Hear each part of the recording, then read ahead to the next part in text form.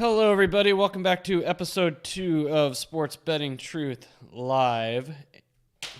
Let me make sure my microphone's on. It is.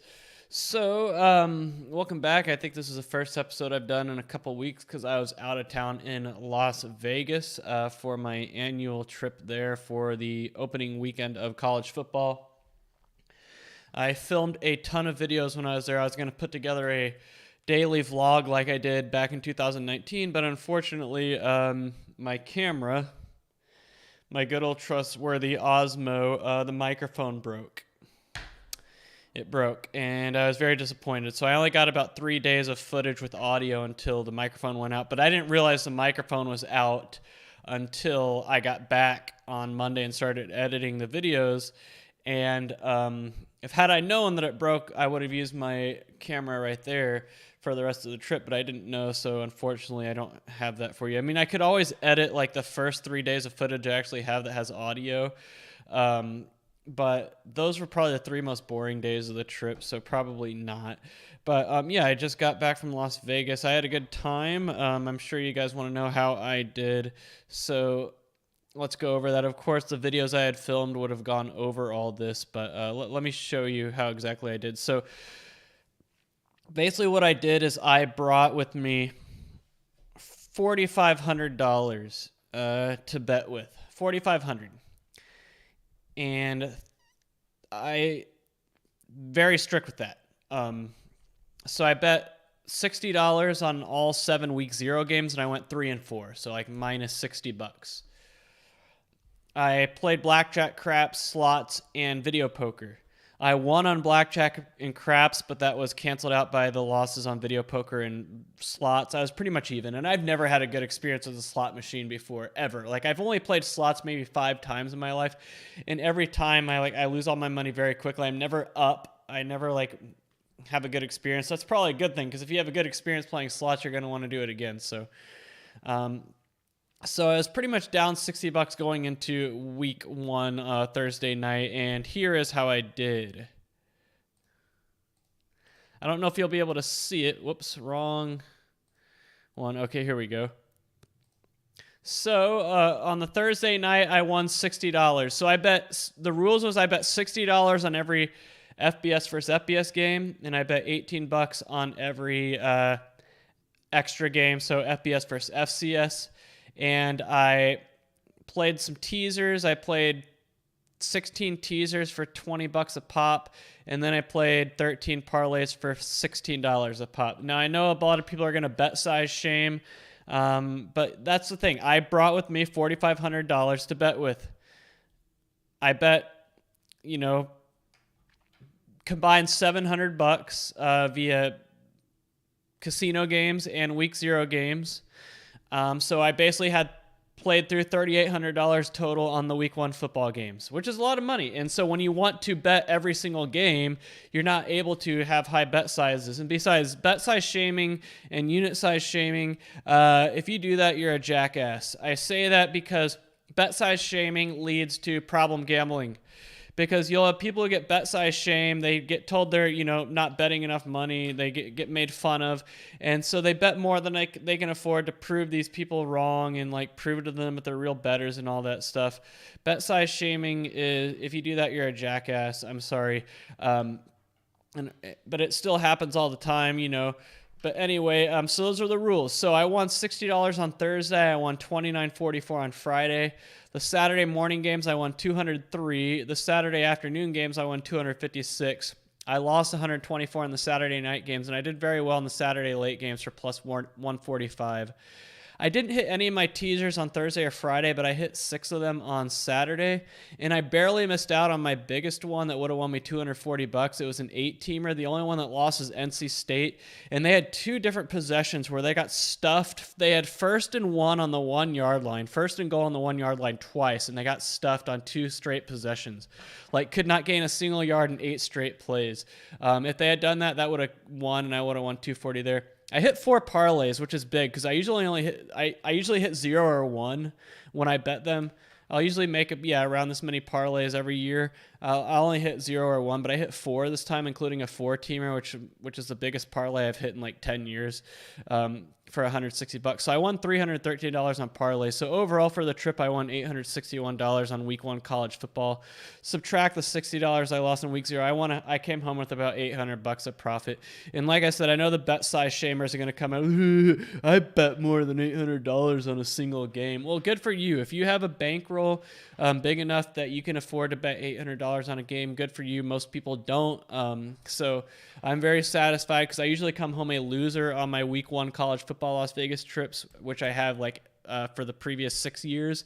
So this is the first time since 2015 I have come home a winner. Very happy to come home with $800 more than I started with. So that's how I did college football week 1.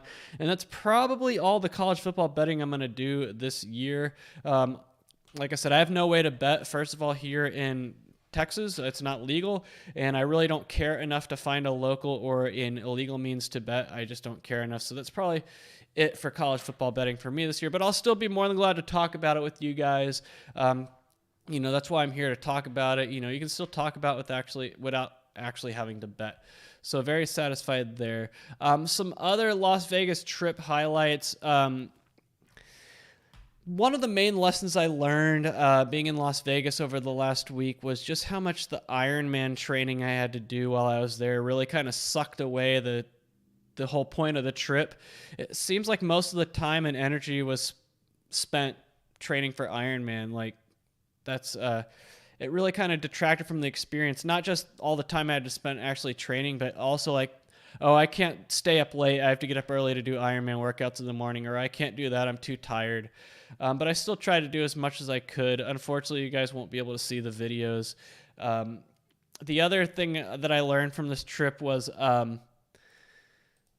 it's funny because every year I'll go to Las Vegas armed with a betting model, and I'll spend all this time with my models to bet with on college football, and I always lose. This year I took maybe 2 seconds per game. I literally just impulse. I went down the list and impulse selected games, and I won $800. Now, I'm not saying that betting with your impulse or betting with your gut is going to win you money. What I'm saying is you're going to get the same results as using a model, unless you're one of the 1% of 1% who can build a model that is profitable long term.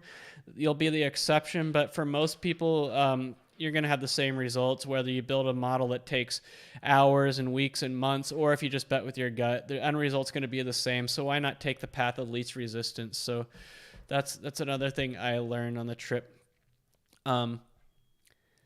So some of the things I did, I went to a Mega Mart at Area 15, which hadn't opened yet when I was still living there, and I don't think it was worth the $50. Some of the restaurants I went to Bacchanal Buffet, which is the most expensive buffet in Las Vegas and also the highest rated, but I don't think it was worth the $90. It was good, don't get me wrong, but I was expecting to be wowed a lot more, and honestly there really wasn't that much difference than Studio B that used to be at the M.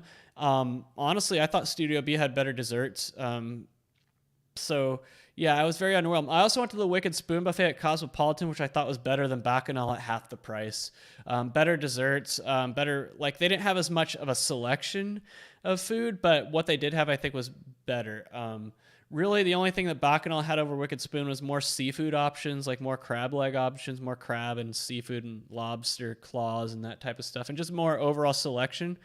But what Wicked Spoon did do, I think they did do better.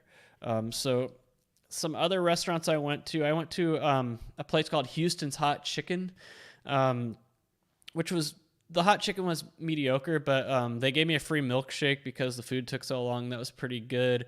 I went to a restaurant called Jesse Ray's, a barbecue restaurant, and they had an item on their menu called the Fortress. I want to show this to you guys, the video, because the Fortress is a massive food item they had that was $45. And what it is, it's an entire rack of spare ribs stood up on their side to make kind of like a fence almost, and then they fill it with brisket, sausage, mac and cheese, and waffle fries. So let me show you the video I have of this Fortress. So that's what it looked like. It doesn't look that big on the video, but trust me, it was huge. I'm trying to hold up my phone for size. I talked to the owner, he brought it out to me, and he's like, "You're trying to eat this all by yourself?" And I'm like, "Yeah." Well, I had just done a 5-hour bike ride in a 60-minute run, so I was pretty hungry. And he's like, I sell about 125 of these per week, and I've only ever seen 4 people in the 3 years I've been open eat it by themselves. Or no, I've only seen 3 people. And so I was like, okay, well, I'm at least going to try. It's like, there's no way you're going to get it. But sure enough, I did. So I became, according to him, only the 4th person. So here's what it looked like at the end. Just the bones are remaining. According to him, I only became the 4th person ever to eat it by myself out of, he said, probably 4,000 or 5,000 plus people who have tried. He said like groups of 3 grown men will come in and try to eat it, and they can't finish among the 3 of them. It was a lot of food, don't get me wrong, but I still had room in the end for dessert. I went and got some frozen custard afterwards. I mean, I wasn't stuffed, I wasn't full, I wasn't still hungry, but yeah, that's how hungry I was. So anyway, like I said, the camera right here did not make it at the swim at Lake Mead. So on Sunday, all the public pools were closed, so I went to Lake Mead to do an open water swim. And I put this in my dry bag, but unfortunately the conditions at Lake Mead were so bad. Like the water was so choppy. It was so windy. It was the worst open water swim ever. But unfortunately the dry bag I had did not stay dry, and the microphone did not survive. Like I said, I didn't find out until the other night though. So I filmed a ton of videos and footage without knowing that the audio wasn't working. But anyway, that's pretty much to recap my Las Vegas trip that I took. And so I want to shift the conversation to NFL Week 1. NFL Week 1. I'm just now looking at the chat, by the way, because I had it covered by what I was presenting. A 5-way round robin, Grubwarp. Nice. What 5 teams did you have? I'd kind of like to know. I bet a lot on Georgia. I was like, they're going to easily cover the 17 against Oregon. A lot of the impulse bets I made ended up, I won more than I lost, but I felt like the square plays, I made a ton of square plays, which I felt guilty about, but usually I found in week 1, a lot of the square plays hit. It's pretty rare that they don't. So like when I say square, I mean Oklahoma to cover against UTEP, Texas to cover against UL Monroe. Like a lot of the square plays won. They did.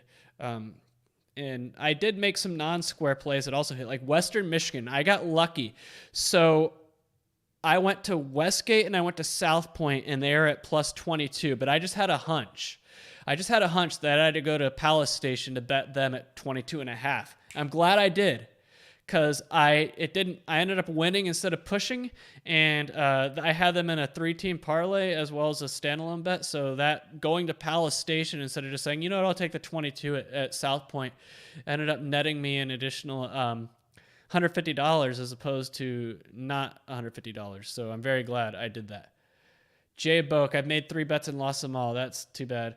Tom Labate, no, I didn't use a model at all. Like I said, about 1 or 2 seconds per game. I had actually started a stream in my hotel room at Palm's Place, and a lot of you guys were in the chat. But I didn't bring any of my broadcasting gear, so I tried to do it off my laptop. But the problem was the webcam wasn't working, and neither was the microphone, so I had no way to communicate with you guys, so I had to shut it down.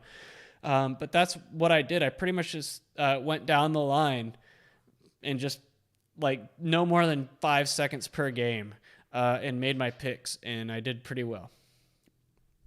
Chicago Stables, I followed your VBA model for NFL and applied it to college football. Do I need to have all the records and stat for FCS teams? Since if you're going to make a model to do FCS versus FBS games, which I never did because I don't think the juice is worth the squeeze, because after weeks 1 and 2, there's really not a lot of FBS versus FCS games to even bet. Yes, you would need to have all the records and stats for FCS teams for that. Welcome back, Jamie Wood. But yeah, Horseradish, you say it's a great start, but that's probably all the college football betting I'm going to do this year. I think walking at an $800 profit is good enough for me.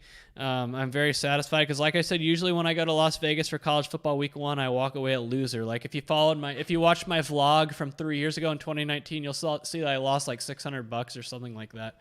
I lost even more than that in 2018 and 2017. 2016, I was up on Thursday.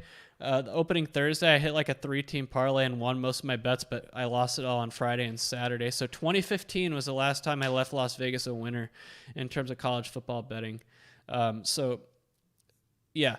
But yeah, I want to talk NFL Week 1. I'm not usually an NFL guy, and I haven't bet NFL in years. But I want to talk NFL Week 1 because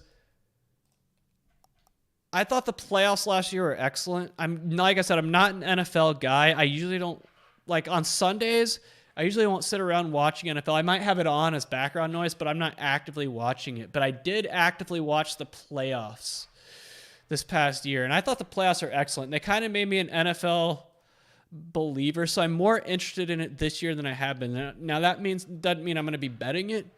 Like I said, I have no way to bet here in Texas legally, and honestly, I don't care enough, nor do I have the desire to try, because I firmly believe that you cannot beat NFL. I don't think you can. I think it's hard. However, NFL is the cash cow for betting. It's why most people bet to begin with. So I might as well talk about it. But like I said, last year's playoffs were excellent. I was engaged. The NFL kind of won me over. And I feel like I might drift more towards being an NFL guy as college football becomes more and more of an NFL minor league. Like if I'm going to watch professional football, I might as well watch the real thing, right? Instead of this professional football that college football is becoming. But anyway, we got our first game tomorrow, the Bills and the Rams, which should be a good game. I know the Bills are kind of hungry after the way they ended last season. Probably the best game of the playoffs last year. Their loss to the Chiefs that had, 4 touchdowns in the last 2 minutes or something like that. And the Rams coming off a Super Bowl. The question is, will the Rams be motivated after winning the Super Bowl? You know the Bills are going to be hungry after that heartbreaking playoff loss. I think Josh Allen is better than Matt Stafford when it comes to quarterback, but it's being played in Los Angeles. But the Rams don't have the best home crowd. I'm sure the Bills Mafia is going to show up for that. By the way, the Bills have a local Bills Mafia hangout here in Fort Worth down the street at a place called Buffalo Bros. I would have loved to have been there last year during that playoff game just to see their reaction. Buffalo Bros is very good. I like their wings. They're a little overpriced. It's right across the street from TCU, but it's authentic Buffalo food. Because I went to when I did that road trip a couple years ago, I went through Buffalo and went to the original restaurant where buffalo wings were invented, called Duff's, and it was identical to Buffalo Bros in terms of how the wings were cooked and presented and tasted and texture and all of that. So anyway, I digress. So I'm probably going to watch that game tomorrow night. Actually, it starts at 7:20, and I have a long triathlon workout tomorrow, but I might put it on like my YouTube TV and listen to it while I'm running. I have a 2-hour bike ride followed by a 90-minute brick run tomorrow, which should take about 4 hours, and I probably won't get started till 5, so I'll definitely have to tune into that when I probably start running.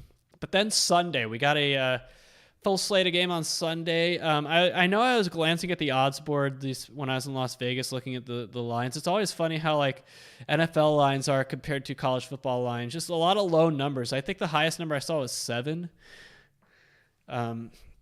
A lot of 3.5s, a lot of 3s, but that's NFL for you. You don't really see a lot of blowouts. Things are pretty standard. So we have the Saints and the Falcons. The 12 o'clock games, the ones starting at 12 o'clock Central Time, my time, 1 o'clock Eastern, 10 o'clock Pacific. You have the Saints and the Falcons, the 49ers, Bears, Steelers, Bengals, Eagles, Lions, Patriots, Dolphins, Ravens, Jets, Jaguars and Commanders, Browns, Panthers, and then the Colts and Texans. Obviously, I would say the best game of that bunch is probably the Steelers and Bengals. Browns and Panthers is interesting just because of the Baker Mayfield angle. But as usual, they usually save the better games for later in the day. Although Saints and Falcons is interesting, that's kind of a regional rivalry. But then the later games, the games starting in the afternoon window, we have the Colts and Texans, the Giants and Titans, Packers and Vikings, Chiefs, Cardinals, Raiders, Chargers, and then those are your afternoon games. Some interesting ones there. The Titans are kind of in win now mode. Packers and Vikings should be a good one. Chiefs and Cardinals will be interesting. Raiders and Chargers, those are probably the two best teams in the AFC West. And then the Sunday night game, the Bucs and Cowboys. No surprise, the Cowboys, as usual, playing a primetime game. What else is new? The Bucks are favored by 2.5 on the road. Local media around here thinks the Cowboys are like Super Bowl bound. But if you're not Dallas media, then you think the Cowboys aren't even a playoff team. I'm not a Cowboys fan. I don't like them. Everyone always asks me what my favorite NFL team is. I don't have one. I never really have because I didn't grow up with one. But I usually answer whoever's playing the Cowboys that week because I don't like the Cowboys. And then the Monday night game is the Broncos and Seahawks. Of course, the Russell Wilson angle makes that one really interesting. You know, his first game as quarterback at the Broncos is at Seattle, which is ironic. But, yeah, I just know when I lived in Seattle, like they all thought Russell Wilson was like the greatest quarterback. I don't think he's that good. I think he's the most overrated quarterback ever. Maybe not ever, but definitely one of the most overrated quarterbacks of all time. Yeah, I hope they miss the playoffs too. It'll be hilarious. Like, I was at a place called Rodeo Goat last year when they played the 49ers in the playoffs and lost, and it was so funny watching all the Cowboys fans melt down. So I'm not a Cowboys fan. I'm not. I never have been. I remember when they won the Super Bowl in 1995. I was, 6 or 7 years old, and I cried because I hated the Cowboys so much. I rooted so hard for the Packers to beat them in the NFC Championship game. They didn't. I cried. And then I rooted so hard for the Steelers to beat them in the Super Bowl. They didn't, and I cried. You know, that's how I was when I was a kid. I don't know. I just never liked them because my dad didn't like them. Usually, if you're going to be a fan of a team in any sport, really, you need your dad to like them. Like, I'm a big Rangers fan because my dad worked for them growing up, so I spent a lot of time at Ranger games and got to meet players and got their autographs and have a whole box full of Rangers memorabilia and merchandise and autographed balls and stuff in my closet over there. That's how it is. And I liked the Houston Rockets when I was younger because my dad was a Houston Rockets fan when they had Akeem and Clyde Drexler and all that in the 90s because my dad grew up in Houston. So, but like you got to be raised a fan, otherwise and that's probably why I've never really attached myself to the NFL and was never really a big fan of it because I didn't really have a favorite team to root for every week and follow. And I still don't, but like I said, the playoffs last year were excellent and it kind of made me a believer. Kind of like hockey.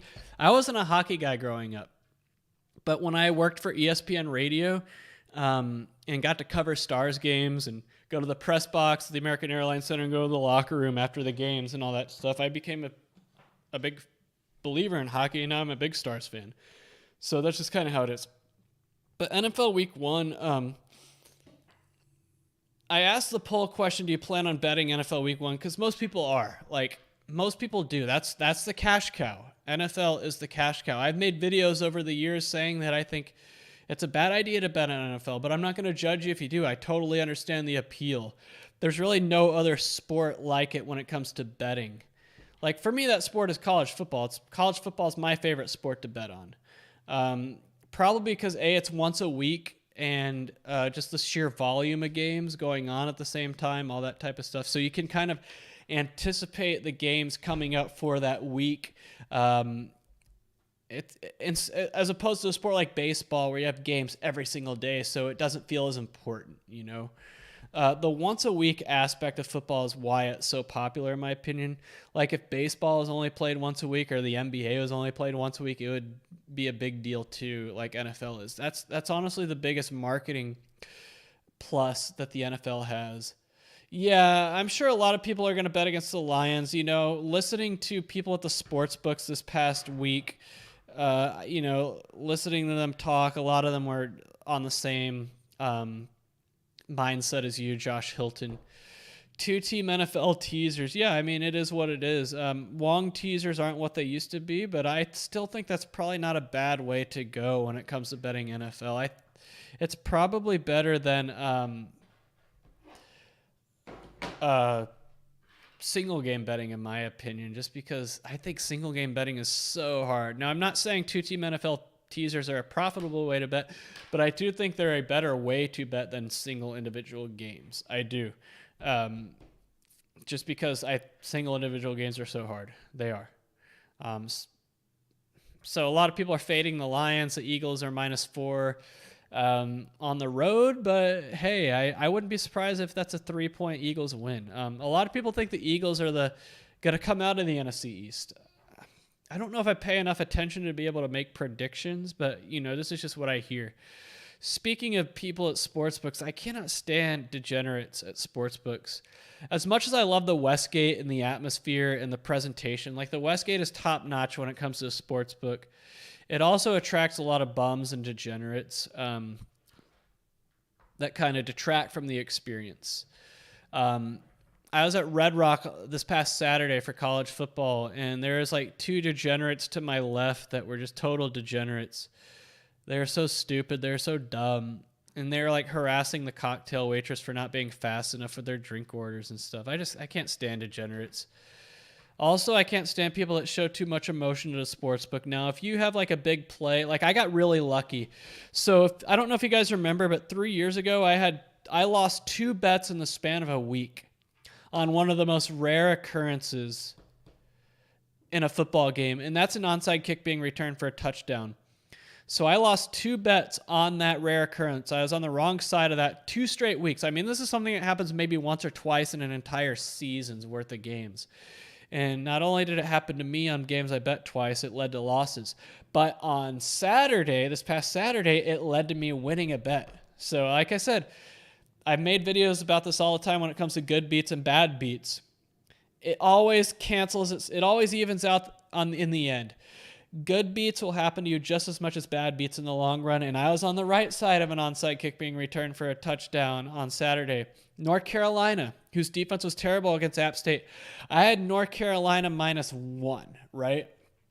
And every time it looked like they had the game in the bag, their defense would suck and Appalachian State would score. And so they allowed a touchdown very late to Appalachian State with like 40 seconds left, right? Maybe even 30 seconds left. And Appalachian State was down by 1 after they scored. And instead of kicking the extra point to tie the game, they decided to go for 2 and they'll win, right? And they didn't get it. They overthrew the receiver. So App State was down 1. So I would have pushed this bet. And I had North Carolina -1, like all kinds of parlays. And so I was like, crap, I'm going to push this bet now. But then North Carolina returns the onside kick for a touchdown. And I was like, yes, but I showed no emotion. That's the thing. I never show any emotion at the sports books. Like, I'm not the guy who screams and yells and claps and is annoying like that.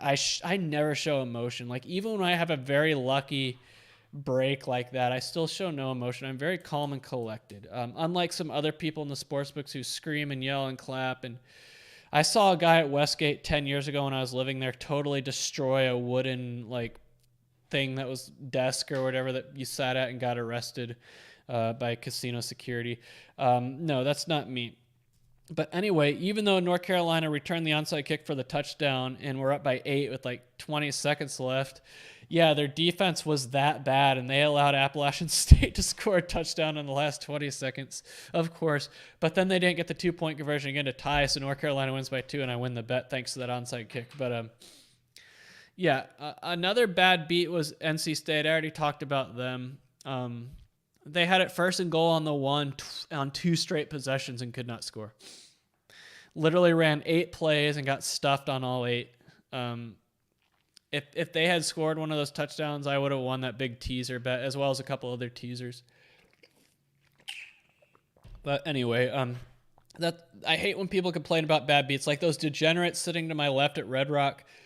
Nonstop complaining about their bad beats, not just at sports betting, but like at the roulette table. Like one of the guys was like, I'm sitting there at the roulette table trying to come up with a strategy to beat a single 0 roulette wheel, and I just couldn't do it. I kept losing. And I don't usually engage with people like that. So in my mind, I'm saying, you can't beat a single 0 roulette wheel, dumbass. I wanted to say that to him, but I didn't. But yeah, I just can't stand when people like complain about bad beats as if that's why they're losers. Like, if only this, or this happened, I'd be a winner. No, you're a loser because sports betting or any kind of gambling is very hard to beat. Otherwise, if it was easy to beat, they wouldn't exist because sports books are not in business to lose money. They're in business to take your money, and that's just how it is. So that's the thing with bad beats. They're always going to cancel each other out in the end. If you're on a very lucky streak of good beats, the bad beats will come eventually, and if you're on a streak of bad beats and it seems like every bounce goes against you, you'll get the good beats eventually. They all even out in the end, but most people in the end are going to lose. So That's the thing about bad beats. All right. Eric Catherine says he's betting the Seahawks plus 6.5 this week. I love that bet, Eric Catherine. All the squares are going to be on Denver just because of how bad the Seahawks are expected to be this year. Yeah, the Seahawks are expected to be bad.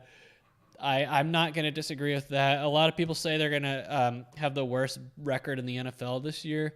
I don't know about that. I think the Lions are worse, but yeah, all the squares are going to be on the Seahawks, and I love that bet. That's honestly the way to go in the NFL is whatever is the obvious pick, bet against it, and you're probably going to win. I'm not saying you're going to profit, but you'll probably win more than you lose. I guess you could say that's another way of fading the public, go against whatever the public is doing. I guess, yeah, it's probably the same thing. Like the obvious pick is probably going to be what the public is on. That's how I view fading the public. So this is one of the first videos I ever made on this channel back in 2019. A video about why fading the public is a failed betting strategy. Now, I firmly believe if you fade the public or if you go against the obvious pick, in the long run, you're going to win more than you lose. But the problem is you're not going to win 52.4% of the time to break even. You might win 51% of the time. You're going to win more than 50% of the time, but I just don't think it's enough to break even. You're not going to hit that 52.4% mark fading the public. You'll hit 51%, yeah. I mean, in 2014, that's all I did. I didn't use a model in 2014 because that was the year my free college football data source went behind a paywall, so I was like, screw it. I'm just going to fade the public every week. I actually had a winning season in 2014. No model, just fading the public every week in college football, and I had a winning season. The problem is I think I was just lucky.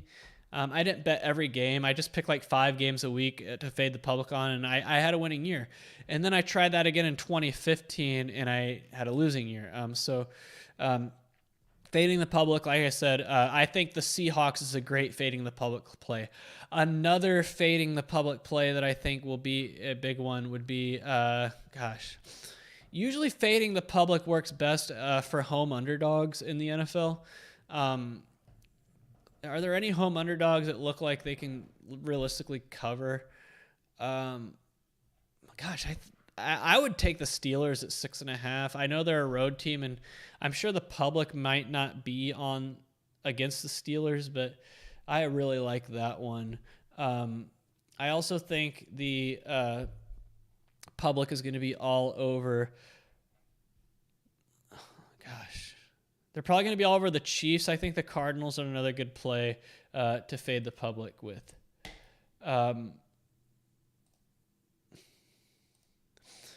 So yeah, Eric Catherine, I love that line. Yeah, I think the Broncos are very overhyped. Like I said, I'm not a believer in Russell Wilson.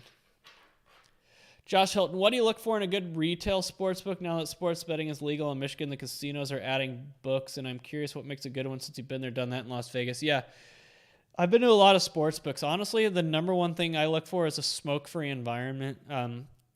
I talked about this in the videos I filmed that I'm unfortunately not going to be able to make into a vlog because there's no audio, but I can only sit in a sports book for so long until my sinuses and everything start acting up. And all that, just the smoke and everything. So smoke's free is a big one. Plenty of seating. That's a lot of people recommend the Caesars Sportsbook or the Bellagio Sportsbook or the Wynn Sportsbook, but they just don't have enough seating, especially on peak days like college football Saturdays, NFL Sundays. You're not going to find anywhere to sit. Yeah, you can show up at 5 in the morning, but who wants to do that? Plenty of seating. And also a place that doesn't attract degenerates. That's my biggest issue with the Westgate is just the degenerates it attracts. Enough TV screens is obviously a big one. That's another plus for the Westgate. It's just a sheer amount of TV wall they have. I like Circa Sportsbook, but the downside of that one is that you have to pay to park.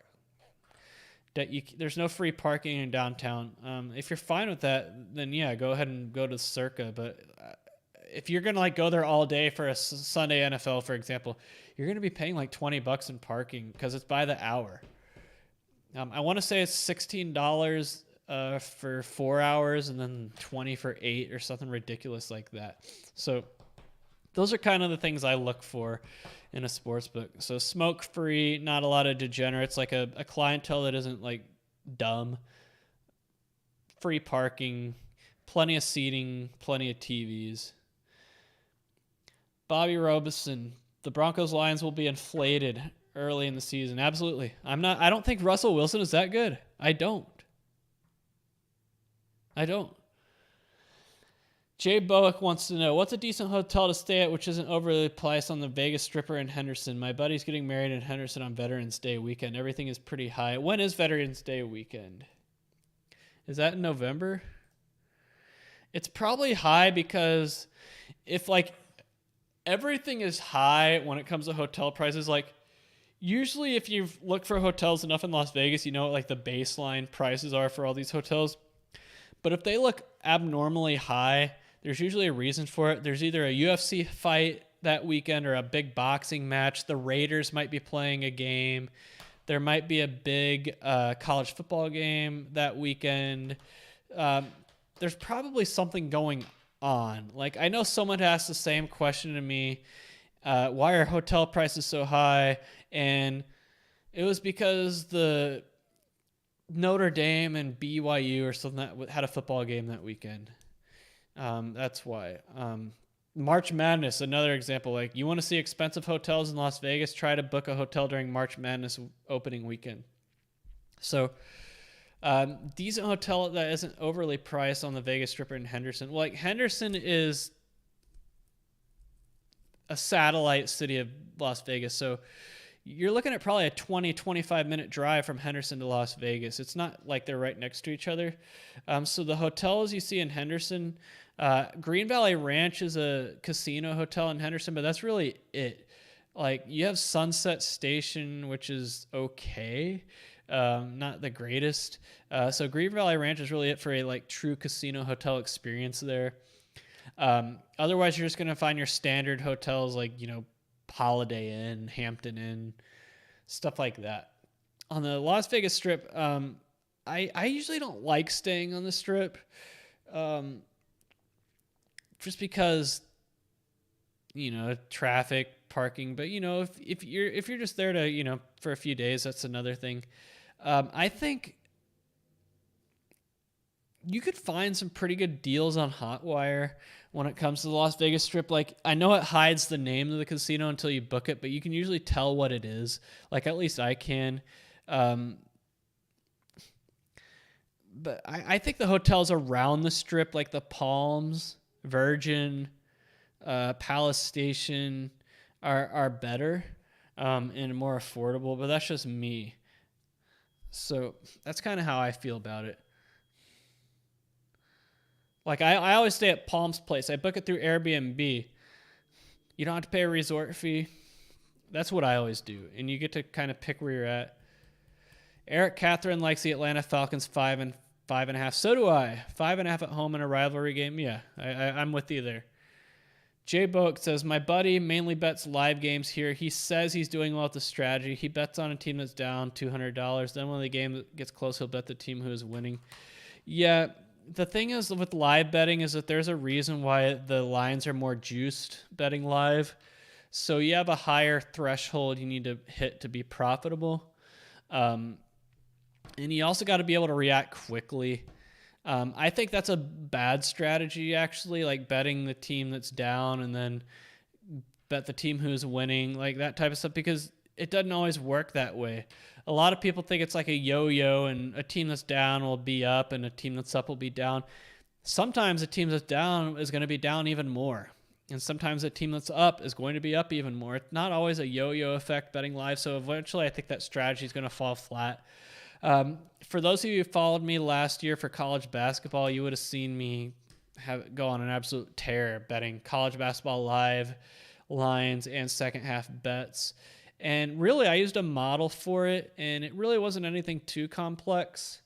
But really where I was finding edges were what I called runaway games, and that was where a team got out and started dominating, and I basically bet on them as they were dominating. Like, for example, say like you had Kansas playing whoever, right? and Kansas was favored by 15, and they get out to like a 20-point lead in the first half, and the live line is now Kansas like minus 25, right? A lot of people would be like, oh, they're only favored by 15 and they're up by 20, so betting them 25 is bad value because they're only favored by 15, so that's going to reverse back to Kansas. But no, usually I would call, if my model said to bet it, because my model would kind of like project how the rest of the game is going to go.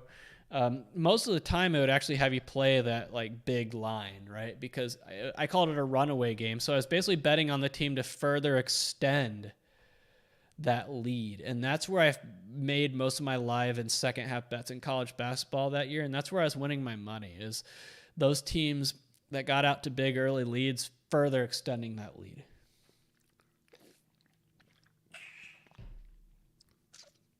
Mark H. wants to know, any new restaurants or food stands around the Westgate Superbook? You know, I did go to a Terrible's on Maryland Parkway behind the Westgate, and there was just drifters and loiterers and bums all over that parking lot. The buffet next to the book, I think, is only open on weekends, and I don't know if it's a buffet anymore. I think it's just open for brunch. Don't 100% quote me on that, but I remember walking by it and wondering if it was still open, because most buffets are still closed here in Las Vegas. I think only 6 are still open, and I went to 2 of them. I went to Wicked Spoon and Bacchanal. And if you didn't listen to me at the beginning of the video, I thought Bacchanal was overpriced, not worth the $90, but I do think Wicked Spoon was worth it. I liked Wicked Spoon more than Bacchanal. Like the deli is still at Westgate Superbook, but I've never eaten there before. Honestly, I don't go anywhere around Westgate to eat. It's one thing if you have a car. Like I have a car, so I can go places. Most of the places I ate at were far away from the Strip, outside of Bacchanal and Wicked Spoon, which are both on the Strip, obviously. All the other places I ate were like in Henderson or Summerlin, around the Strip. So if you want a full list of the places I ate at this past trip to Las Vegas, the Friday night I got there, I went to a burger place called Slater's 50/50 over by South Point. Very good. I mean, I could show you the... I could show you videos of it. I mean, I still have the videos. They just don't have sound. I mean, the Slater's videos will have sound because my camera's still working then. But Slater's 50/50 is a burger place. So I got this burger there called the BBB burger. So here it is right there. BBB stands for like bacon, bacon, bacon or something. So it's a burger patty that's 50% beef and 50% ground bacon. There's strips of bacon on there and like a bacon jam and pork belly, a fried egg, bacon cheddar cheese, and then bacon cheese fries. It was very good. And then I got a milkshake there called the Ferrero Rocher. Yeah, Ferrero Rocher.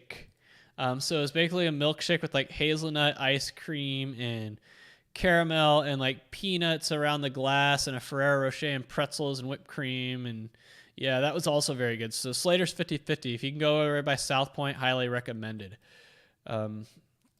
On Saturday, I went to one of my favorite places. You guys have seen this in my videos before. I've done multiple videos on it.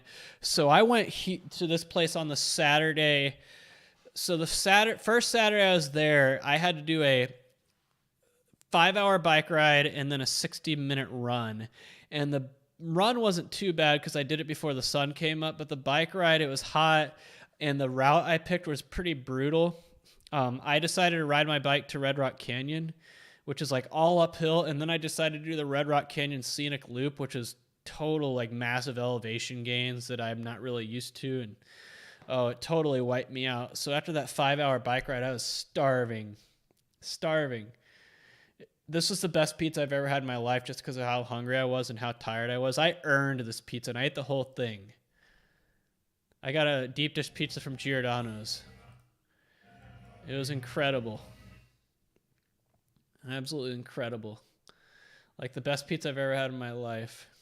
Here's a picture of me eating it. Or a video of me eating it. Like after a long, hard bike ride. It was so good. So that was Saturday.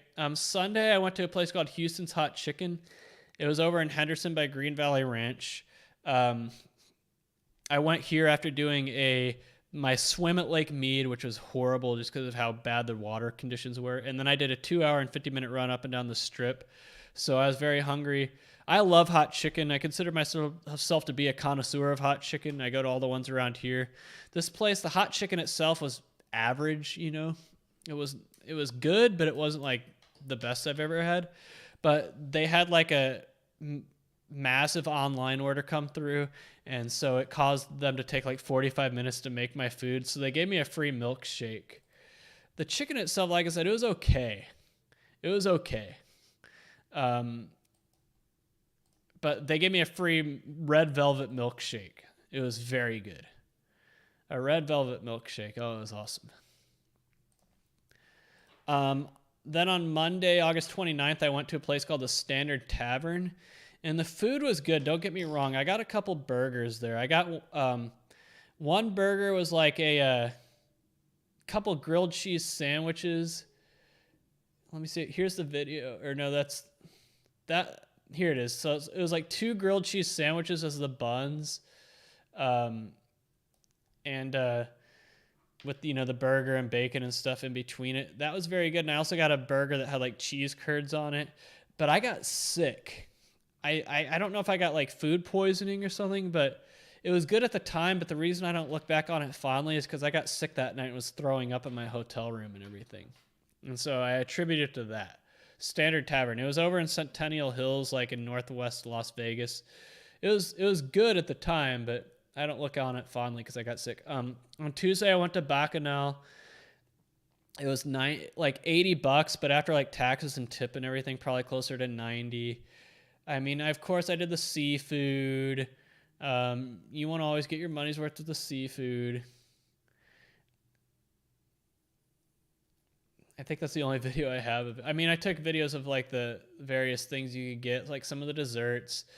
But Bacchanal for $90, not worth it. Like I said, I was expecting my mind to be blown. And yes, you had a lot of seafood options. You had a lot of options in general, like a ton of different stations of different kinds of food. Really, the best thing I had there was their brisket. And, living in Texas, being a barbecue, knowing what good barbecue is, their brisket was very good. The seafood, I'm not big on eating seafood at buffets. I like seafood, but I think when you combine it with other types of food at a buffet, I feel like the experience is different. If I'm going to eat seafood, that's all I want to eat, and I want to eat it at like an actual seafood restaurant. So the crab legs are a lot of work to get the meat out. Wednesday, August 31st, another place I've done videos on my channel, Juan's Flaming Fajitas. Standard Tex-Mex food. I got their happy hour nachos, their happy hour quesadilla, and some queso. They do have the best queso. Juan's, they're all over the place in Las Vegas. They have like 4 of them, but I always go to the one on Tropicana Boulevard in West Las Vegas in Summerlin. September 1st, that's when I went to Wicked Spoon. I was very hungry because I also on that day I had a 5-hour bike ride. And Wicked Spoon, half the price of Bacchanal, but I thought it was better. But the thing with Wicked Spoon, it's more of a brunch buffet. It's only open from 9 to 3, I think. And they don't have as many options. But what they did have, I think, was better than Bacchanal. Better desserts. Their French toast was excellent. Also, they had like a mashed potato bar where you could like make your own loaded mashed potatoes. That was so good. And their desserts were amazing. But the thing is that I decided to get some crab legs when I was there. Not very many, but I spilled the drawn butter all over my shorts. It fell off the plate when I was bringing it back to my table, and so it looked like I pissed my pants. Yeah. And this is right before I went to Westgate for the opening Thursday football games, and so the waitress gave me a towel to walk out with, so I wouldn't be walking out of Wicked Spoon and out of the Cosmopolitan looking like I pissed my pants. So that was very nice of her. I don't know if I have a video of that, but here's some of the Wicked Spoon food. Here's the loaded. I know I'm very fast with my camera. Here's the French toast over here. So good. There's a load of mashed potatoes with prime rib, and their angry mac and cheese is pretty good. Some crab legs. There's the butter that I spilled on me. Here's some desserts. Very good bread pudding, molten cake, red velvet cake, cheesecake, just a sampling. The gelato was a lot better at Wicked Spoon than it was at Bacchanal. And then I made these like ice cream sandwiches with the gelato and cookies because I'm smart like that. I also made like a red velvet cookie ice cream sandwich with the vanilla gelato. I don't know. I have a video of like, yeah, there's me walking out with a towel of Wicked Spoon. Otherwise, like I said, I spilled it right on my crotch. So, yeah. On Friday, that's when I already showed you what I did on Friday, the food challenge at Jesse Ray's, the Fortress. Jesse Ray's is pretty close to the Strip, a mile or two south of Palms, not too far. I guess I can show you the Fortress again. That's what it looked like at first, and then I like emptied the contents of it. Like, whoops, why did that close?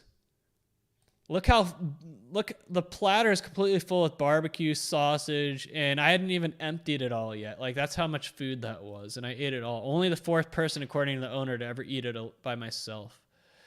Like, also you had to eat this rack of spare ribs, but that was good. Saturday, you guys have seen it on this channel before. I went to a Chicken Shack in Henderson. Nothing new. Do I have video of it? Yep, Chicken Shack, which is just wings and chicken tenders, and then their buffalo chicken fries. I also went to a place called Nielsen's Frozen Custard, which I think is the best frozen custard in the country. Me holding it up there. It's the smoothest frozen custard you're ever going to eat. Like buttery smooth. And then I drove back. I actually drove back from Las Vegas. I left Las Vegas on Sunday morning at about 10:30 a.m. And I drove straight in one shot all the way back here to Fort Worth. It took me 15 hours and 18 minutes. And I stopped at a Taco Bell in Albuquerque. So nothing special about the Taco Bell, unfortunately. But yeah, if you want a full sampling of the restaurants I went to when I was in Las Vegas, there you go. But none of those are around Westgate. I usually don't eat at the casinos themselves because the food's overpriced and not very good. The best places to eat in Las Vegas are off the Strip. You just got to know where to go, but I just gave you some ideas. So there you go. Yeah. Josh Hilton, thanks for the tips. Fatigue in the casino is real. Yeah. Like, I can't sit at a sportsbook all day. So I got there on Saturday, because you have college football day on Saturday. I got there at about 7:30 at Red Rock just to make sure I got, like, a good seat and everything. But I left by about 6 or so. So I was there for 10 hours, but I just couldn't stay there all day. I actually went to bed before the late games. Like, when I say late games, the Oregon State game, Western Kentucky and Hawaii, and then Washington and Kent State. I went to bed before all those started.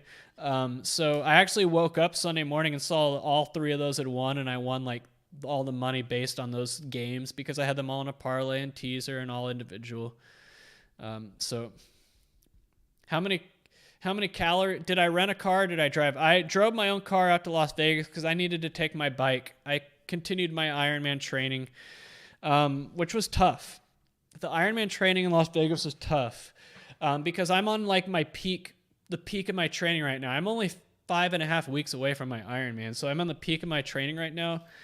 And not only is it hot in Las Vegas, it's not humid, thankfully. So running at night is easy. Even if the air temperature is still in the hundreds or 90s, there's no sun and no humidity. So it's fine. As long as you run in the shade. Like I did one run in the middle of the day, but I did it on the strip on the side that the sun would cast shadows on. So I ran it all in the shade. No, it's fine. But you can't really do that on the bike. So every bike ride was miserable, miserably hot. Swimming was a challenge because I had to find pools to swim at, and all the public pools that I went to. The one in Henderson I went to was fine, but the one in Summerlin I went to, I got in a fight with the swimming coach because, I paid the $5 to swim at the Pavilion Center pool, and I started swimming at like 1:30.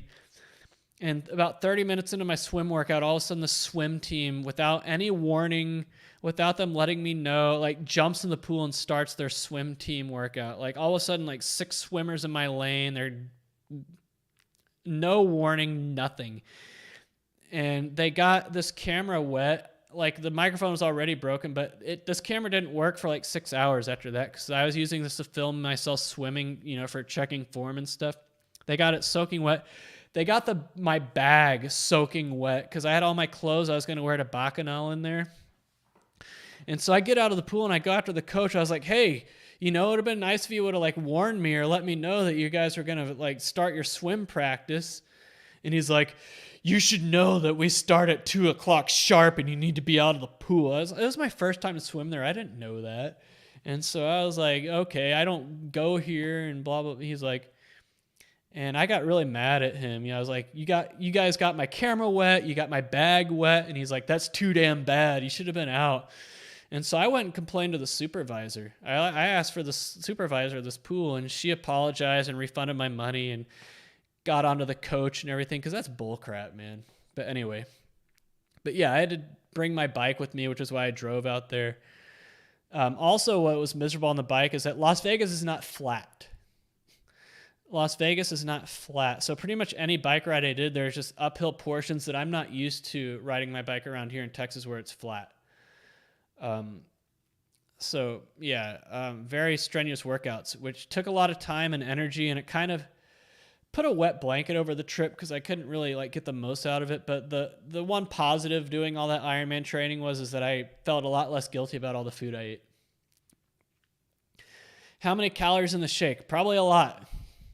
I don't know which shake you're talking about. Probably the Ferrero shake. My guess was 1,300.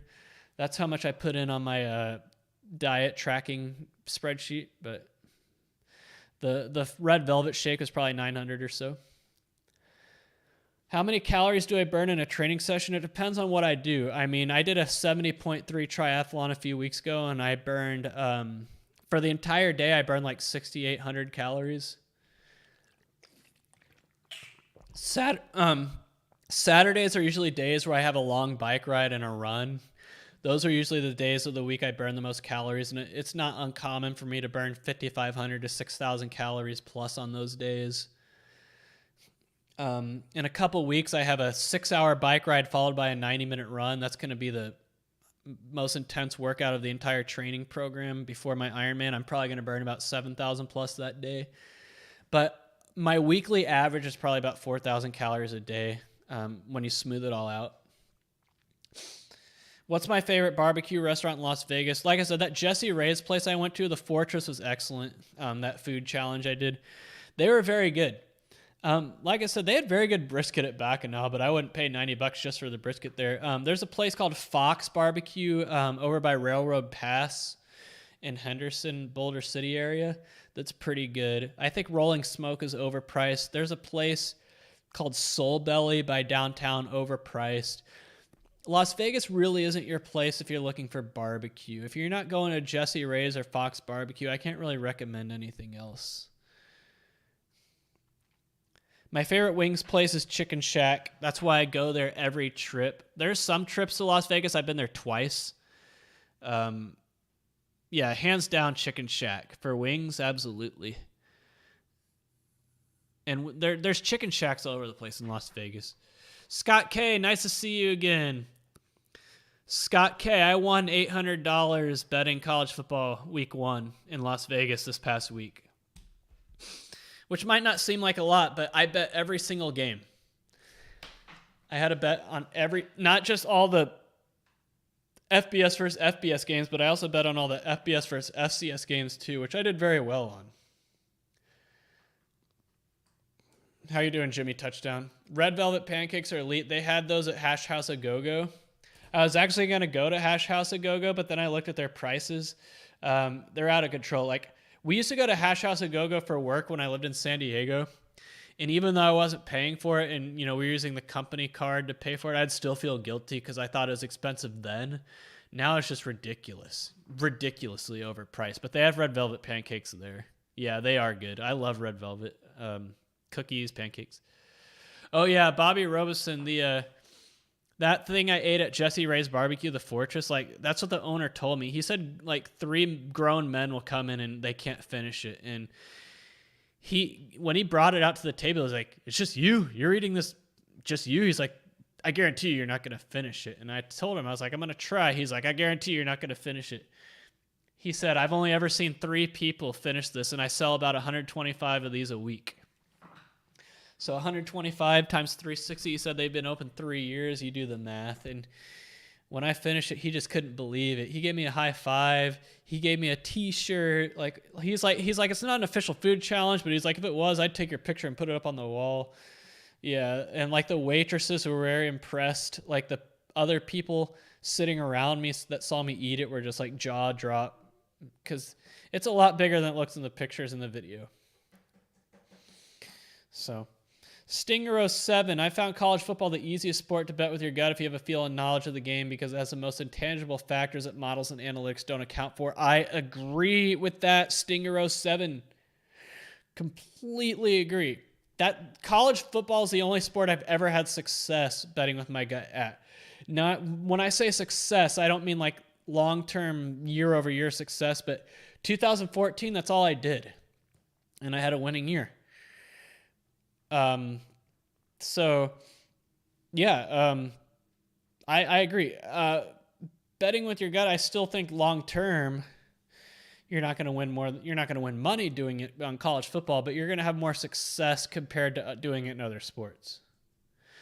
Mark H., are you doing a Las Vegas trip video series or not because of the audio issues? Yeah, I have. So the Thursday, Friday, and Saturday, all the videos I have from those days have audio. But unfortunately, those are pretty much the 3 like least interesting days of the trip. And then I have half of Sunday. Basically, this camera right here got ruined on the open water swim at Lake Mead. I put it in my dry bag. So whenever you do an open water swim, you wear what's called a swim buoy.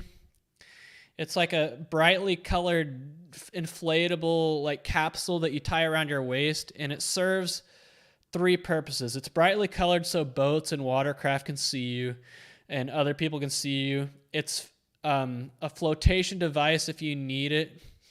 And it's also a dry bag, meaning you can put your keys and phone and stuff in there, and shoes and all types of other stuff. I put my camera in there. I put this in there. But the water conditions at Lake Mead were so choppy and so rough. Like, I don't think you guys understand how bad it was. I don't know how I swam in those conditions for 70 minutes, but I did. And when I was done, I opened the dry bag and the swim buoy, and the stuff was damp. It wasn't soaking wet, but it wasn't dry either. And the camera still turned on. Like, I could still record with it. I just had no idea the microphone was done for. And I still recorded videos for the rest of the week, but I didn't learn that there was no audio until I got back on Monday and started editing the videos. And I put together the video for the first couple of days, pretty much my drive out to Las Vegas. And at the beginning of the video, I wanted to do like a teaser package, a teaser reel. Like, whenever you watch a TV show on the first episode of a season, or like on this season of, for example, Below Deck, they show footage from like every episode of that season, kind of like to preview the entire season. So I was like looking for videos from the entire trip to put into like a teaser preview reel at the beginning of the video. And then I realized all the videos from pretty much Sunday afternoon on had no audio, all of them. Yeah, big bummer. I was so looking forward to putting it together. There's going to be so many funny and entertaining parts, all gone. Like on Monday, I went up and down the entire strip looking for pens. I tried to find a casino branded pen at every strip casino. And that was kind of like a video I did for that. And I think I found pens at all but 5. The only ones I didn't find them at were Flamingo, Cromwell, Resorts World, Wynn Encore, and the Tropicana. So that's what I had an encounter with these bums at the parking lot of Love It Frozen Custard over near downtown that you guys would have liked. Yeah, so I mean, I'm really disappointed. I was really looking forward to putting that together for you guys. Big Short 08 wants to know, what's my goal for the Ironman? I want to do it in 12 hours or less. I don't know how feasible that is, but that's my goal, 12 hours or less. Ken Gibbs, what kind of bike? I just have a Felt VR40 road bike with aero bars installed. I didn't want to buy an expensive triathlon bike because, this might be my only Ironman, and I didn't want to invest in a really expensive bike for something I might just do once. So I just bought about a $2,000 bike, and we'll see how it goes. Mark H wants to know, you drove through Albuquerque and Flagstaff. Yes, I did. Did you get hit by the storm? So I did my bike ride on that first Thursday in Amarillo and also ran there. And it was very windy. But I ate in Tucumcari at a place called Dell's Diner that was very good. Tucumcari, New Mexico, on the first day of the trip. Oh, man, Dell's Diner might have been the best place I went to the entire trip.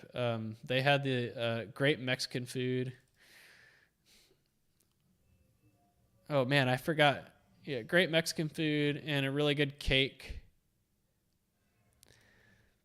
But, yeah, and then I stayed overnight in Albuquerque. And then the next day I drove to Las Vegas. Yeah, I just fixed that. I drove to Las Vegas the next day, and I passed through Flagstaff, and I did my bike ride in Flagstaff that day. And it rained. I was about a mile into the ride, and it just started pouring down rain in Flagstaff, really hard. So I rode back to my car and got my jacket and resumed my bike ride.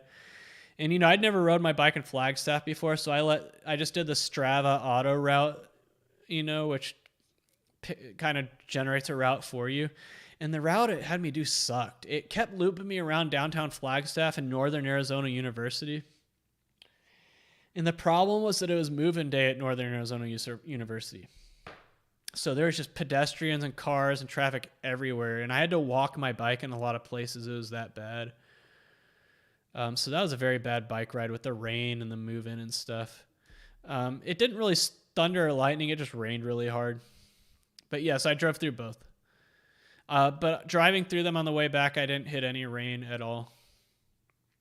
Yeah, I did my... I drove from... like I said, I left Las Vegas. I left South Point, which is the last place I was at in Las Vegas before heading back, because that's where I cashed my final tickets at. So I went straight from South Point all the way back to Fort Worth. 15 hours, 18 minutes. I stopped 3 times for gas in Flagstaff, Albuquerque, and Amarillo. I stopped at a Taco Bell in Albuquerque. That's the only stopping I did. I got pulled over in Memphis, Texas on the way there. Got a speeding ticket, which was stupid. It was stupid. The thing is, when you're driving on 287 in the Texas Panhandle, you pass through all these small towns, and the speed limit will go from 80 to 40 very quickly, right? And I know this. I've driven through Memphis, Texas a lot. I know that. And so I started slowing down entering the town of Memphis, and I was behind a car that was going faster than me. And yeah, I was the one who got pulled over. He's like, "You're going 50 and a 40." And I'm like, "Yeah, but the car in front of me is going 60." But anyway, $195 speeding ticket in Memphis, Texas. I didn't get any on the way back, though, because I mainly drove overnight. I got back here at 4:30 in the morning, Central Time. And I wasn't even tired. I've never driven that long in my life. The longest drive I had done before that was 10 hours.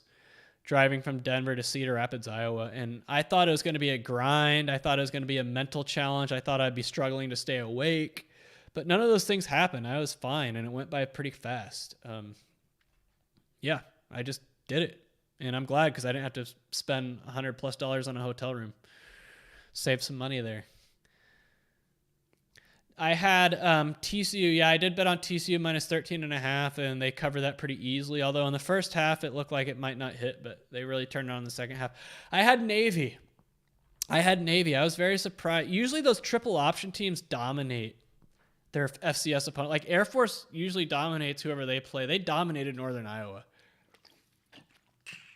But yeah, I did have Navy, and they didn't even beat Delaware, let alone cover. I think it was minus 12. Is food tax in Las Vegas? They are at restaurants. I don't think they are at grocery stores. Yeah.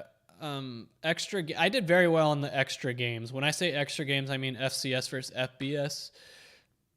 I want to say I went like 8-2 on them on that first 8-2 on the first Thursday and Friday or something ridiculous like that.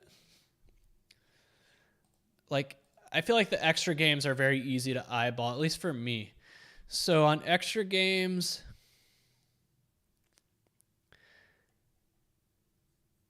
I went 21-11 on them. Not bad. Dell's Diners in Tucumcari, New Mexico. I'm not betting college football. I haven't even looked at the schedule for college football this week. The only games I know that are happening this week is Alabama and Texas. I know that TCU is playing Tarleton, which will be a blowout. We'll probably be favored by like 50 plus. What other game? I haven't even looked at the schedule. I guess I can look at it now and we can talk about it on the stream. That's the whole point, right? I don't think there's usually a Thursday game on week 2 college football because they don't want to compete against NFL's opening Thursday night game. All right. So this, I'm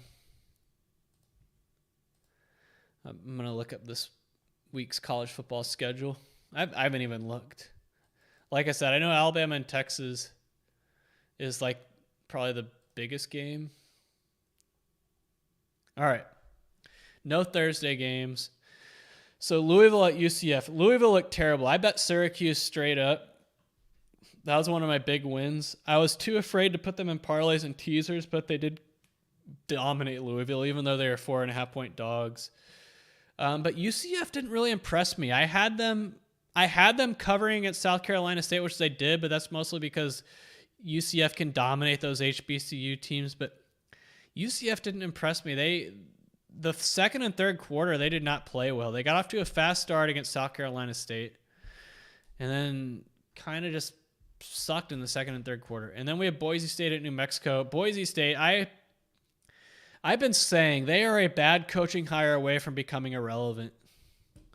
And I think the most recent coaching hire they made is a bad one, and they're on the brink of irrelevancy. So New Mexico is only a 4-point favorite over Maine, and they beat them 41-0, which I had New Mexico, by the way. I was like, they should be favored by at least a touchdown over Maine.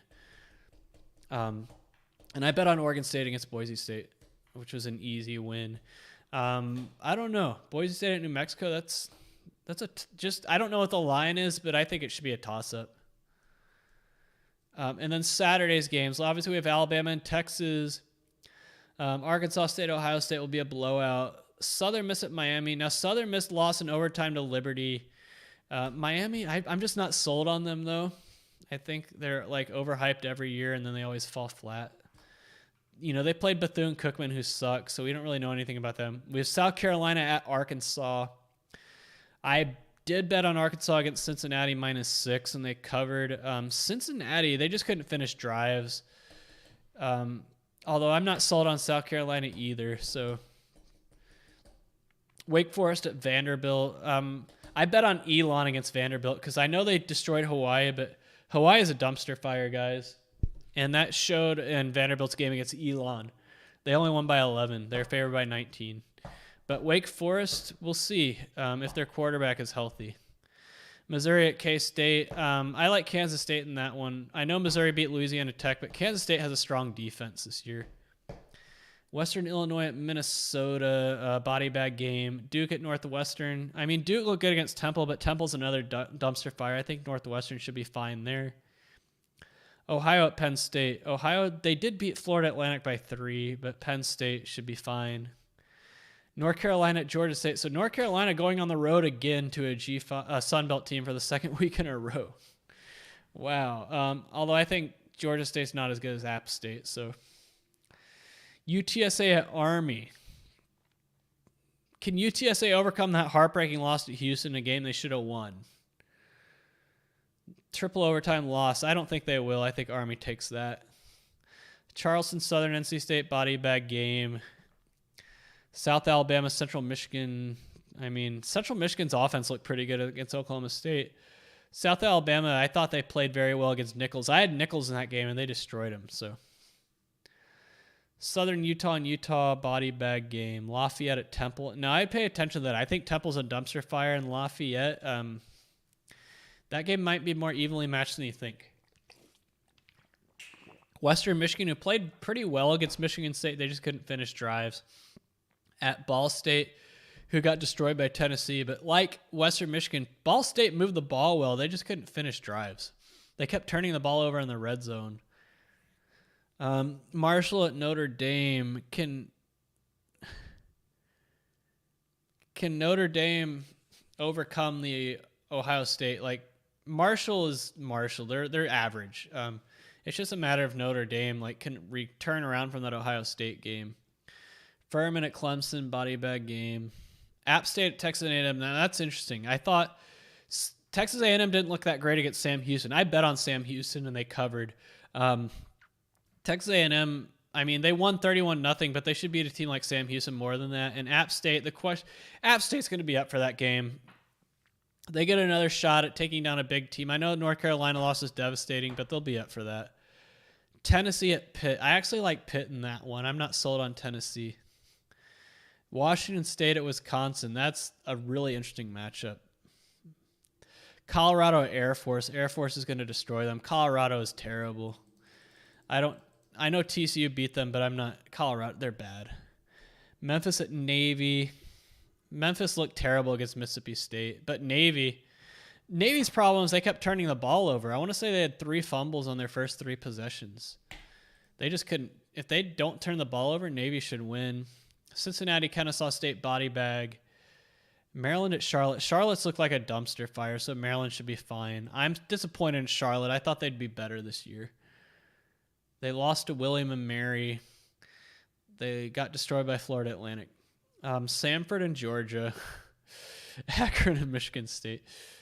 Houston at Texas Tech. That's interesting. Houston didn't look great against UTSA. Texas Tech is, I think, better than UTSA. They'll be on the road. Texas Tech should win. UNLV at Cal. All we know about UNLV is that they played Idaho State. That's it. Portland State at Washington, body bag game. Although Portland State looked good against San Jose State, they only lost by 3? Iowa State at Iowa. Everyone's going to be talking about how Iowa can't move the ball. Their offense sucks, but Iowa State, I mean, they're in a rebuilding year. This is just one of those games Iowa somehow manages to win. Virginia at Illinois. Can Illinois come over their boneheaded coaching mistakes against Indiana? While Virginia looked average against Richmond. Indiana State and Purdue, body bag game. Rutgers, Wagner, body bag game. Northern Colorado and Wyoming. Wyoming had that overtime win against Tulsa. I bet on Wyoming straight up, and they pulled it off. Northern Colorado, they should be able to beat them, but I expect a low-scoring game. Bowling Green and Eastern Kentucky. Eastern Kentucky lost to Eastern Michigan by 11, and that was the spread, so it pushed, I think. Bowling Green, I mean, they looked okay against UCLA. They put up a bigger fight than I thought they would. Even though they didn't cover it, it was in doubt until the end. Norfolk State and James Madison, body bag game. Middle Tennessee's looked like a dumpster fire this year so far, but Colorado State's in a rebuild too, but I think Colorado State should be fine. Alabama State, UCLA might be the biggest mismatch of the weekend. Incarnate Word, Nevada. Nevada should be fine. Kansas and West Virginia. No, I'm not sold on the Kansas hype. I know they beat Tennessee Tech by a lot, but although can West Virginia overcome that heartbreaking loss to Pitt? Mentally, they might not be there. Old Dominion, East Carolina. Old Dominion, who'd they play last week? They played Virginia Tech. They beat them. East Carolina coming off that heartbreaking loss to NC State. Missed extra point. Will they be able to overcome? Just like LSU. Missed extra point. Holy Cross, Buffalo. Holy Cross is good. I would not overlook that if I were Buffalo. Robert Morris, Miami, Ohio, body bag game. Gardner Webb, Coastal Carolina, body bag game. Southeast Louisiana, Florida Atlantic, body bag game. UAB and Liberty. Interesting matchup. Liberty won in overtime against Southern Miss, but they didn't cover. UAB looked, they beat Alabama A&M. Kent State, Oklahoma, body bag game. All right, Kentucky and Florida, that should be interesting. I'm not sold on Kentucky, but I'm not sold on Florida either. And Florida being ranked 12 is stupid. I know they beat Utah, but come on. Central Arkansas and Ole Miss, body bag game. Syracuse and UConn. Syracuse should be fine. Georgia Tech, Western Carolina. I wouldn't look past Western Carolina there. Short week for Georgia Tech. UMass and Toledo. I want to say body bag game, but Toledo didn't really look that great against whatever body bag team they played last week. Anything else interesting on this list? USC and Stanford. Rice, they threw 3 pick sixes, but all 3 of those interceptions were balls that went right through the receiver's hands into the hands of a USC player. Not as impressive as the final score might have looked. Arizona State and Oklahoma State. Oklahoma State's defense looked terrible. I'm sorry. That was just pathetic.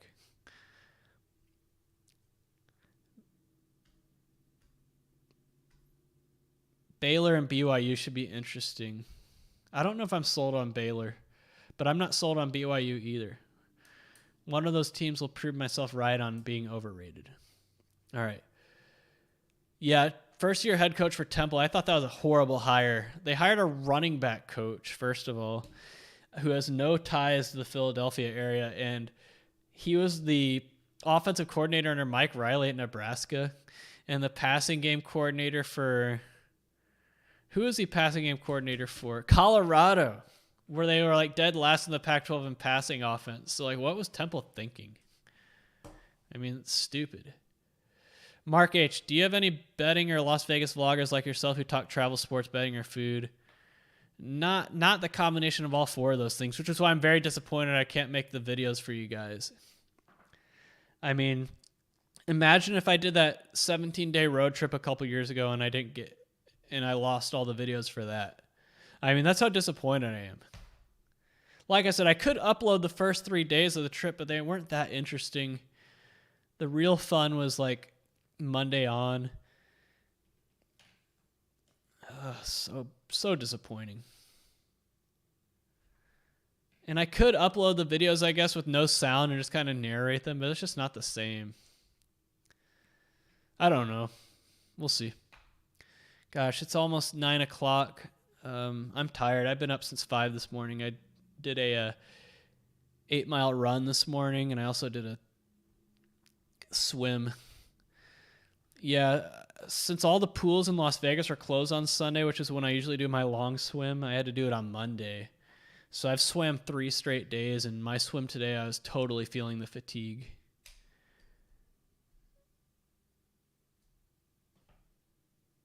All right. But yeah, the college football slate this weekend isn't really that interesting, but, I'll still watch, Texas and Alabama. What channel is that on?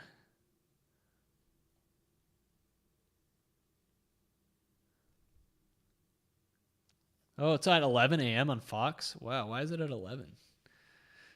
I thought it'd be a night game. That sucks because on Saturday I have a 5-hour bike ride and a 60-minute run.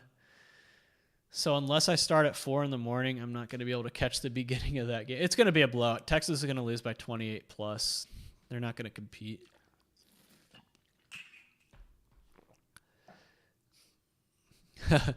I don't think so. I did have people come up to me and say they watch my videos, but no, I don't think I would do that. I mean, whenever I'm at the Westgate, I'm always in the same spot. It's not hard to find me. But yeah, I had 3 people come up to me at various times. Be like, hey, I watch your videos. I'll probably do this once a week.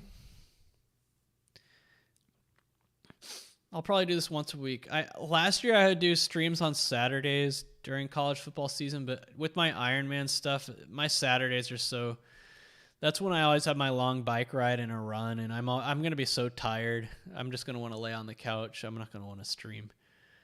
I'm also moving. I'm only in this apartment for 19 more days, and then I'm moving about 10 miles north of here up to the place called Blue Mound, Texas. Yeah, I have a 2-bedroom apartment right now, and I don't need the second bedroom. I mean, I pretty much just use a second bedroom for this office desk and everything, but I don't need it. It's certainly not like I'm going to be saving $700 a month by downsizing to a 1-bedroom.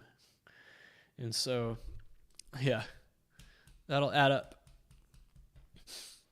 So maybe maybe when Ironman's over and I'm in my new apartment, maybe I'll do a Saturday streams. But for now, I plan on just doing this once a week, either on probably Mondays or Wednesdays. Those are probably the 2 best days to do it. Maybe Tuesdays if I can get my workouts done early, but doubtful. All right. That should wrap it up for this stream. I thank you all for tuning in. You've been watching Sports Betting Truth with me, William Lisa. I will see you next week. Like I said, either Monday or Wednesday. It just depends on how I feel on Mondays, and if I don't feel good on Mondays, I'll do it Wednesdays. But I need to go to bed. I've been up since 5 this morning. All right, guys, good luck if you're going to be betting NFL tomorrow or college football on Saturday or NFL Sunday or all 3. Good luck to everybody. I hope you win and prove me wrong when it comes to the fact that you cannot win long-term at sports betting. All right, guys, you've been watching Sports Betting Truth. Thank you so much. Enjoy the outro.